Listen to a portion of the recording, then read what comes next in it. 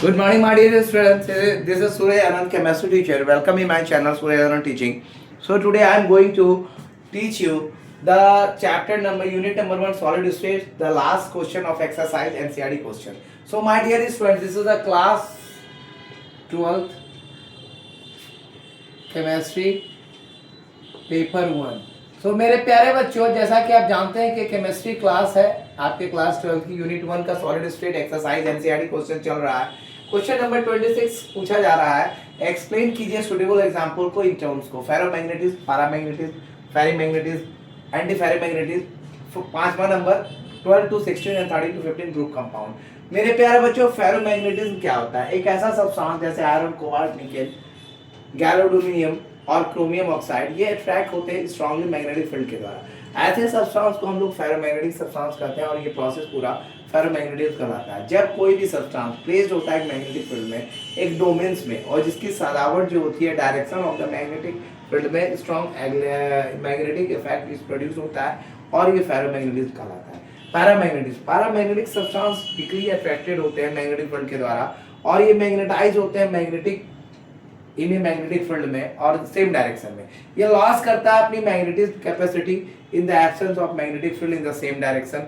और ये जो लॉस करेगा अपने magnetic field in the absence of magnetic field को, ये पैरामैग्नेटिज्म होता है प्रेजेंस ऑफ एक या दो अनपेयर्ड इलेक्ट्रॉन्स के कारण जो अट्रैक्टेड होते हैं मैग्नेटिक फील्ड के द्वारा.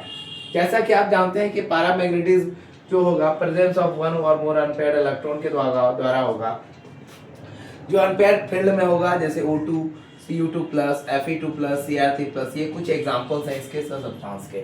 आप जैसे फेरोमैग्नेटिज्म की चर्चा करते हैं, मैं दोबारा बता रहा हूँ. फेरोमैग्नेटिज्म किसमें होगा? एग्जांपल्स हो गए आयरन, कोबाल्ट, निकेल. जैसे एग्जांपल पूछ रहा है तो एग्जांपल्स में आपके आयरन, कोबाल्ट, निकेल हो गए, गैल्वेडोनियम हो गए, क्रोमियम ऑक्साइड हो गया. तो ये सारे स्ट्रांगली अट्रैक्ट होते हैं मैग्नेटिक फील्ड के द्वारा. ऐसे सब्सटेंस फेरोमैग्नेटिक सब्सटेंस कहलाते हैं. ऐसे सब्सटेंस क्या कहलाते हैं? Ferromagnetic substance. और ये सब्सटेंस प्लेस होते हैं मैग्नेटिक फील्ड में सारे डोमेन्स में और ये ओरिएंटेड होते हैं ऐसे डायरेक्शन में मैग्नेटिक फील्ड के और ये स्ट्रॉन्ग मैग्नेटिक इफेक्ट का भी प्रोड्यूस करते हैं. सो अब आते हैं आपका पैरामैग्नेटिज्म में. Paramagnetic substance weekly attracted magnetic field होते हैं.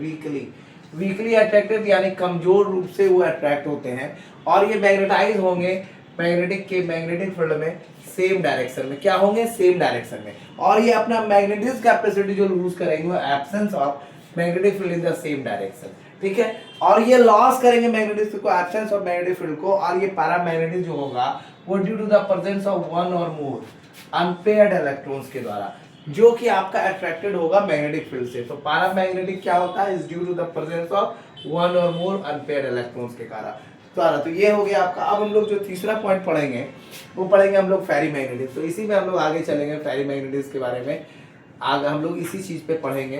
तो आप देखिए इसे क्लियर कट से आप देख लीजिए कुछ चीजें कि मैं रफ करने के पहले थोड़ा मैं वेट कर लेता हूँ क्लास को, क्योंकि मैं डस्टर से रफ नहीं करता हूँ इसलिए बिकॉज डस्टर क्या होता है, क्रिएट करता है, टाइम लेता है, 2 बार में डालना पड़ेगा. तो एक ही बार में जब हमारे पास समय कम है, मैं कोशिश करूँगा आप लोगों को, फरवरी में एग्जामिनेशन है तो मैं कोशिश करूँगा कि जितना ज़्यादा चैप्टर आप लोग को पढ़ा सकूँ, क्योंकि आपकी क्लासेस ही मैंने लेट से स्टार्ट की, क्योंकि चैनल ही लेट से क्रिएट हुआ है. सो ऐसा बात नहीं है कि मैं यूट्यूब पे आया हूँ आप लोगों की केमिस्ट्री को सिंपल तरीके से समझाने के आया हूँ. मुझे ना कोई नेम चाहिए, ना फेम चाहिए, ना सब्सक्राइबर चाहिए, बट मैं फिर भी कहता हूँ कि आप सब्सक्राइब कीजिए, क्योंकि आप ज़्यादा से ज़्यादा बच्चों तक रीच करें मेरा चैनल और ज़्यादा से ज़्यादा बच्चे लाभान्वित हो मेरे पढ़ाने के तरीके से. और देखिए, चूंकि आप 12 के बच्चे, आप पढ़ाई खुद से भी करते हैं, आप ट्यूशंस भी लेते हैं, लेकिन सेल्फ स्टडी पे ज़्यादा ध्यान दीजिए, क्योंकि आप चाहे वो मेरा वीडियो को देख करके आप सेल्फ स्टडी कीजिए, चाहे बुक को देख के कीजिए, बट मेरा यही गुजारिश है आप लोगों से कि आप सेल्फ स्टडी कीजिए, क्योंकि अब आप यहाँ से आप लोगों के रास्ते बहुत ही आसान हो सकते हैं और बहुत ही रिलायबल हो सकते हैं अगर आप इन चीज़ों को सीरियसली लेने लगे तो. नहीं तो मार्ग डगर कठिन है प्यारे, चलते जाना है, मंजिल पाना है तो मेहनत करते जाना है. सो प्यारे बच्चों, अब हम लोग जो तीसरा टॉपिक पे चलेंगे, आपका पहला हो गया, दूसरा हो गया, अब तीसरा पे हम लोग चलेंगे. तीसरा जो आपका है वो है फेरीमैग्नेटिज्म. तो फेरीमैग्नेटिज्म क्या होता है हम लोग देखेंगे. फेरीमैग्नेटिज्म तीसरा जो पॉइंट है आपका वो है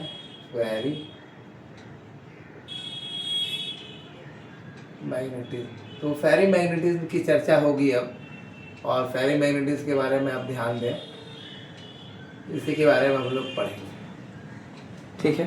तो फेरी मैग्नेटिज्म ऑल अबाउट क्या है, जैसे कि हम लोगों ने फेरोमैग्नेटिज्म पढ़ा, पैरामैग्नेटिज्म पढ़ा, तो फेरोमैग्नेटिज्म में कुछ कैरेक्टर्स होते हैं, कुछ एक्सप्लेनेशन होंगे इसमें, और बहुत इजी है, ये सारा टॉपिक आपका पढ़ा हुआ है, बट यही है कि एक तरह से रिवीजन किया जा रहा है। तो ferromagnetism, they are weakly attracted magnetic field, मैं मेन चीज बता रहा हूँ और यही आपको लिखना भी है, they are weakly attracted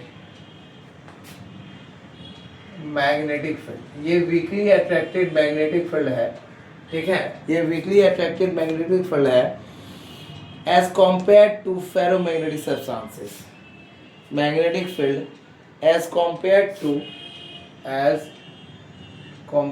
to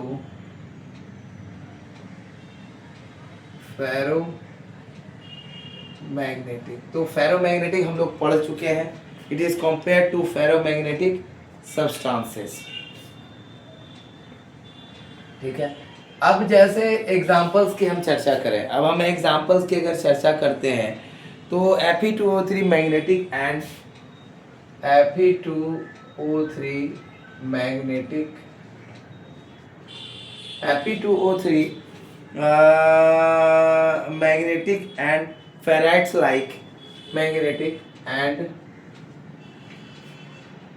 ferrites like, तो फेराइट्स क्या होता है इसका, Fe2O3 का, जैसे मैग्नेटाइट, Fe2 मैग्नेटाइट होगा, Fe2O3 magnetite, sorry for that, and ferrites like MgFe2O4, MgFe2O4 and, और क्या होगा आपका, और हो रहेगा ZnFe2O4, ZnFe2O4R, ये सारे क्या है, ये सारे आपको फेरोमैग्नेटिक सब्सटेंसेस हैं, are example of such substances, are examples of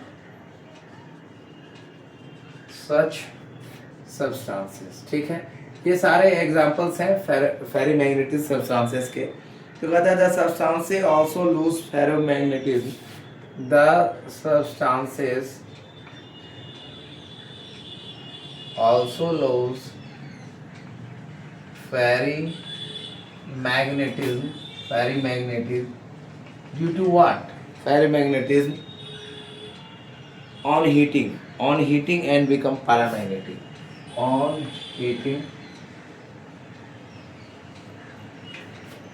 and become what, paramagnetic,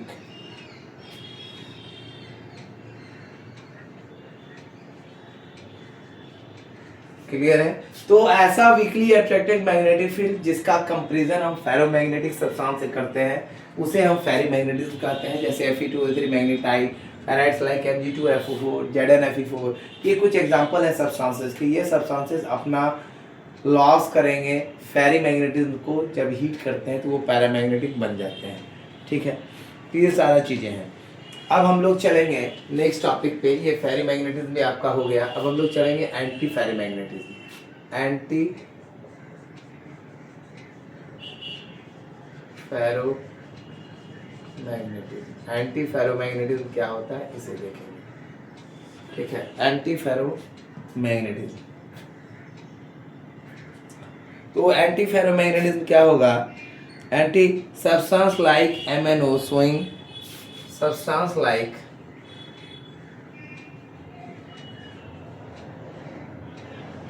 MnO showing anti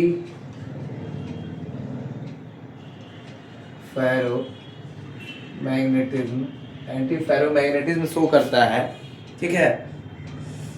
और ये क्या करेगा anti ferromagnetism, have domain structure similar to, have domain structure similar to, have domain structure similar to ferromagnetic substance,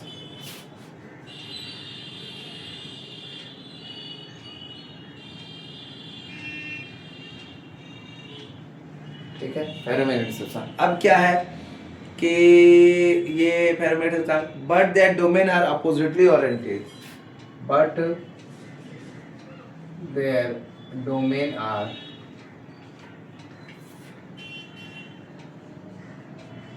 oppositely oriented. लेकिन इनके domain क्या होते हैं, अपोजिटिवली oriented है, ओरिएंटेड होते हैं, and cancel out each other magnetic moment, and cancel out each other magnetic moment.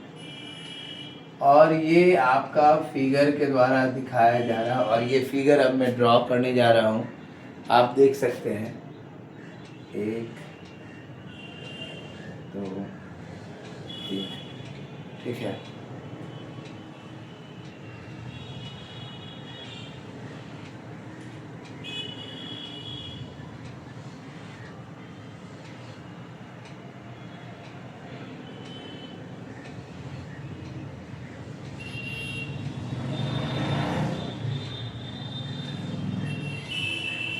Diagram चूंकि मैं लास्ट में दे रहा हूँ, और ये डायग्राम आपका बहुत वैल्यूएबल है, आपको एनसीईआरटी के आधार पे चलना है, और एनसीईआरटी जो बोले आपको वही करना है। क्योंकि आप लेंदी टॉपिक को डाल सकते हैं, बट आप सिलेबस को एनसीईआरटी के आधार पे लेके चलेंगे, ठीक है। और सिलेबस आपका चूँकि एनसीईआरटी को कवर करता हुआ है, एनसीईआरटी का कवरेज देंगे सिलेबस को, एनसीईआरटी के आप कंटेंट्स में लेके चलेंगे।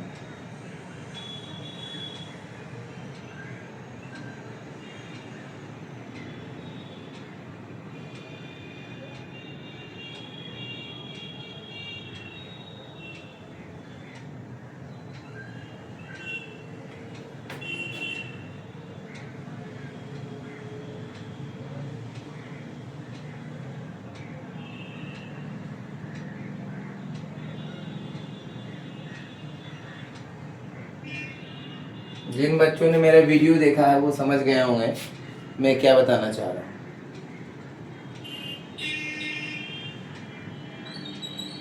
जिन बच्चों ने मेरा वीडियो पहले वॉच किया है वो अच्छी तरह से समझ गए होंगे,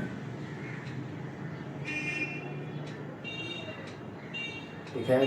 जो बच्चे मेरे वीडियो को पहले देख चुके हैं, जान चुके होंगे कि आनंद सर क्या बोलना चाह रहे हैं, आनंद सर की थिंकिंग क्या है।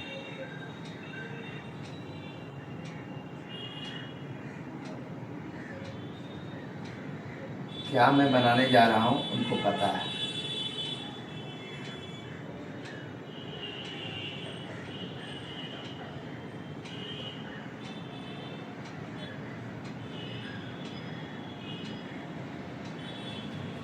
ठीक है,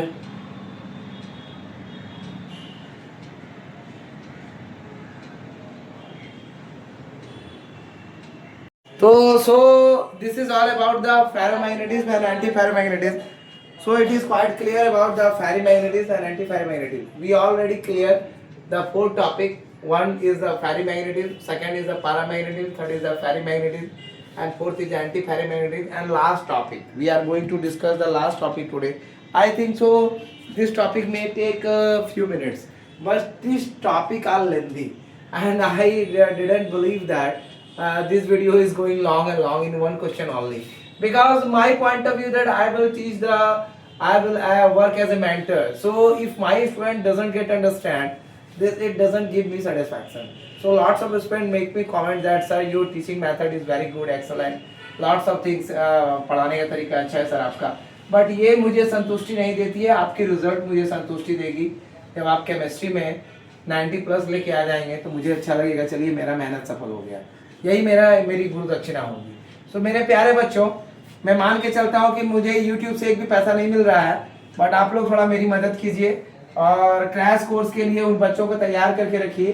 12th का क्रैश कोर्स मैं देने वाला हूँ, तो उम्मीद है कि 12th के क्रैश कोर्स के लिए कुछ बच्चे आएंगे। पहले हम लोग टॉपिक क्लियर कर लेते हैं, ठीक है। तो पहला हम लोग जो टॉपिक है हमारा लास्ट टॉपिक, हम लोग लास्ट टॉपिक पे पहुंच चुके हैं, और लास्ट टॉपिक है तो आपका ई नंबर, आपका 5 नंबर जो टॉपिक है 12 to 16 and 13 to 15 group compounds के बारे में हम लोग चर्चा करेंगे। तो ये क्या होता है 12 to 15 and 13 to 16 group compound, जिसकी हम लोग चर्चा करेंगे और ये चर्चा बदरसू जारी है। So the solid binary compound prepared by combining the solid binary compounds, the solid binary compound. तो ये क्या है, सॉलिड बाइनरी कंपाउंड्स है, ठीक है, जो prepared by combining elements of prepared by combining elements of combining elements मतलब क्या होता है, ये एलिमेंट्स कंबाइन करके बनता है the solid binary compound prepared by combining elements of group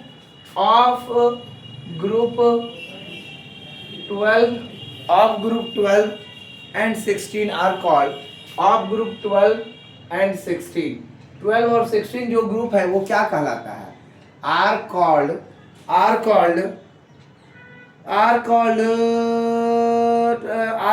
12-16 compound, 12 to 16 compound। So the examples they are asking the for example like you can say the example is the CDS, ZNS etc. CDS cadmium sulfide and zinc sulfide etc. These are the group 12 and 16 compounds, combining compound. The compound prepared by combining, and the next one, the compounds prepared by combining, जो compounds prepared होता है combining के द्वारा, किसकी combining elements of group 13 and 15, combining elements of group 13 and 15 are called, ये क्या कहलाता है, 13 to 15 कंपाउंड। फॉर एग्जाम्पल, इसके भी एग्जाम्पल्स हैं। फॉर एग्जाम्पल इसका एग्जाम्पल क्या होगा, जो 13 to 15 ग्रुप ऑफ कंपाउंड्स हैं जो मिलके बनते हैं, वो कौन से कंपाउंड है, वो कंपाउंड है AIP। दूसरा कंपाउंड है आपका GA, गैलेडोनियम और आर्सेनिक एटसेट्रा, ये सारे कंपाउंड्स हैं। तो this compound are used as semiconductor, और इनका यूज क्या होता है, this compounds are used as semiconductor. इसलिए मैंने ये 26 नंबर क्वेश्चंस को बचा के रखा हुआ था। ये 26 नंबर क्वेश्चन आपका बहुत ही लेंदी होने वाला है। तो ये पांचवा है 12 और 16 और 13 और 15 ग्रुप कंपाउंड, ऐसा सॉलिड बाइनरी कंपाउंड जिसका प्रिपरेशन जो होता है कंबाइनिंग एलिमेंट्स ऑफ ग्रुप 12 और 16 के द्वारा होगा, वो 12 और 16 कंपाउंड कराता है। एग्जांपल के तौर पे cadmium sulphide, zinc sulphide etcetera. और ऐसे कंपाउंड जो प्रिपेयर्ड होते हैं combining elements of group 13 and 15 के द्वारा, उसे हम लोग 13 एंड 15 कंपाउंड्स कहते हैं। एग्जांपल के तौर पे AIP, GS etc. These compounds are semiconductor. Thank you for watching my channel. This is Suryanan chemistry teacher. Welcome in channel chemistry Suryanan teaching, and my dear friend, thank you all of you for make patience and complete the chapter in a different way, in a simple way। मेरे प्यारे बच्चों, channel को बिना skip किए हुए, videos को बिना skip किए हुए आप इसे पूरा वीडियो को देखिए, और मुझे उम्मीद है कि मैंने पूरा मेहनत किया आप लोगों के लिए, और आप लोग भी बेहतरीन मेहनत करके रिजल्ट अच्छा करेंगे। Thank you for watching. Give more views, likes and share to those students who are aspirant of CBSE 2026 board exam. Thank you for all. Thank you.